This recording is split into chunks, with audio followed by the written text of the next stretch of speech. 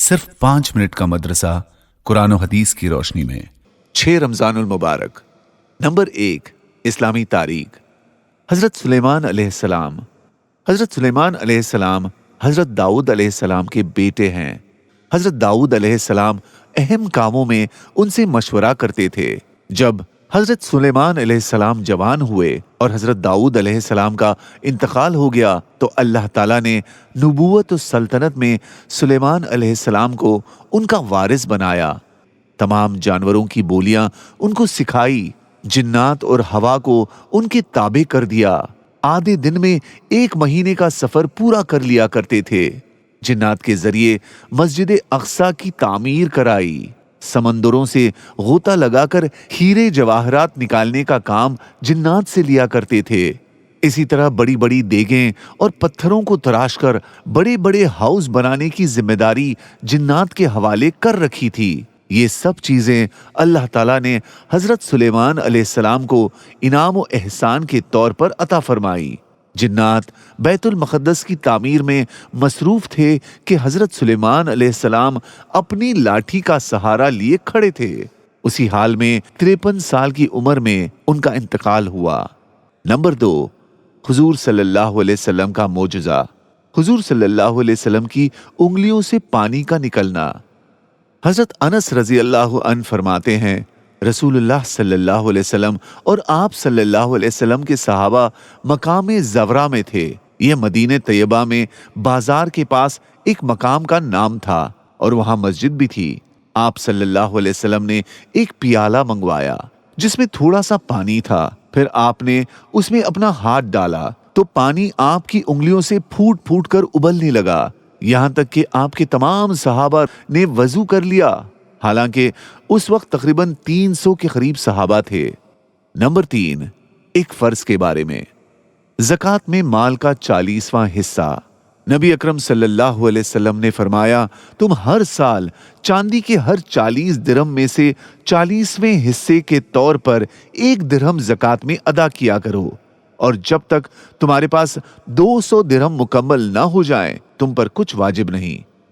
جب 200 درہم پورے ہو جائیں تو ان میں 5 درہم واجب ہوں گے، پھر 200 سے جتنے زیادہ ہوں گے ان میں اسی حساب سے زکوٰۃ واجب ہوگی۔ فائدہ: جس مال میں زکوٰۃ فرض ہو اس پورے مال کا 40واں حصہ یعنی 2.5% زکوٰۃ میں نکالنا فرض ہے۔ نمبر 4، ایک سنت کے بارے میں۔ دوسروں کے یہاں افطار کی دعا۔ رسول اللہ صلی اللہ علیہ وسلم جب کسی کے یہاں افطار کرتے تو یہ دعا پڑھتے تھے، افطر عندكم الصائمون واكل طعامكم الابرار وصلت عليكم الملائكة۔ نمبر 5، ایک اہم عمل کی فضیلت۔ حج و عمرہ کی نیت سے نکلنا۔ رسول اللہ صلی اللہ علیہ وسلم نے فرمایا، جو شخص حج کے ارادے سے نکلا اور راستے میں مر گیا تو قیامت تک اس کے نام اعمال میں حج کرنے والے کے برابر ثواب لکھا جائے گا، اور جو آدمی عمرے کے ارادے سے نکلا اور راستے میں مر گیا تو قیامت تک اس کے نام اعمال میں عمرہ کرنے والے کے برابر ثواب لکھا جائے گا۔ نمبر 6، ایک گناہ کے بارے میں۔ ناحق زمین غصب کرنا۔ رسول اللہ صلی اللہ علیہ وسلم نے فرمایا، جو آدمی کسی کی ایک بالش زمین بھی ناحق دبائے گا تو قیامت کے دن اسے 7 زمینوں کا طوق پہنایا جائے گا۔ نمبر 7، دنیا کے بارے میں۔ دنیا کی اصل نعمتیں۔ رسول اللہ صلی اللہ علیہ وسلم نے فرمایا، تم میں سے جو شخص اس حال میں صبح کرے کہ وہ اپنی جان کی طرف سے بے خوف ہو، ظاہری طور پر بھی اور باطنی طور پر بھی، اس کے بدن میں عافیت ہو یعنی صحیح و سالم ہو، اور اس کے پاس حلال ذریعے سے حاصل کیا ہوا 1 دن کے بقدر خوراک کا سامان ہو، تو گویا اس کے لیے دنیا کی نعمتیں جمع کر دی گئی ہیں اور ساری دنیا اس کو دے دی گئی ہے۔ نمبر 8، آخرت کے بارے میں۔ موت لذتوں کو ختم کرنے والی ہے۔ رسول اللہ صلی اللہ علیہ وسلم نے فرمایا، لذتوں کو ختم کرنے والی چیز موت کو خوب یاد کیا کرو۔ نمبر 9، طب نبوی سے علاج۔ سائے میں بیٹھنا۔ حضرت ابو حازم رضی اللہ تعالی عنہ فرماتے ہیں کہ میں دھوپ میں بیٹھا ہوا تھا، حضور صلی اللہ علیہ وسلم نے مجھے دیکھا تو فرمایا سائے میں جاؤ، اس لیے کہ یہ مبارک وہ نفع بخش ہے۔ نمبر 10، نبی صلی اللہ علیہ وسلم کی نصیحت، 5 اعمال کرو۔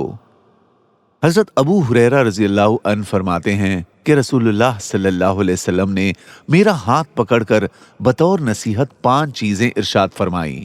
1، حرام چیزوں سے بچو، تم عبادت گزار بن جاؤ گے۔ 2، اللہ کی تقسیم پر راضی رہو، تم سب سے زیادہ مالدار ہو جاؤ گے۔ 3، اپنے پڑوسی کے ساتھ احسان کرو، تم کامل ایمان والے ہو جاؤ گے۔ 4، لوگوں کے لیے وہی چیز پسند کرو جو اپنے لیے کرتے ہو، تم پکے سچے مسلمان ہو جاؤ گے۔ 5، زیادہ مت ہنسو، اس لیے کہ زیادہ ہنسنا دل کو مردہ کر دیتا ہے۔ جزاک اللہ۔